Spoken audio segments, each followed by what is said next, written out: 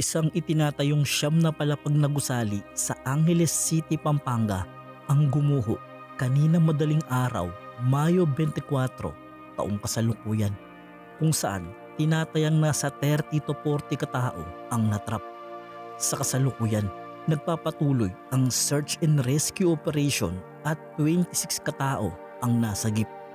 Lugar: Teodoro Street, Barangay Balibaw, Angeles City, Pampanga. Oras: bandang alas 3 ng madaling araw, Mayo 24, taong kasalukuyan.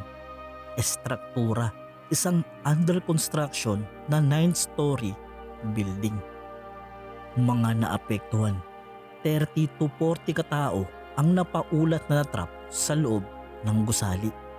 26 individual ang matagumpay na nasagip, kabilang ang 24 mula sa gusali mismo, 2 mulang katabing apartel sa nadamay sa pagguho.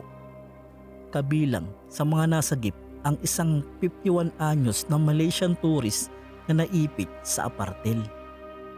Rescue and Operation: Bureau of Fire Protection BFF nanguna sa search and rescue. Angeles City Disaster Risk Reduction and Management Office o ACDRRMO Logistics at Suporta. Philippine National Police PNP Seguridad at Crowd Control. City Information Office opisyal na komunikasyon sa publiko.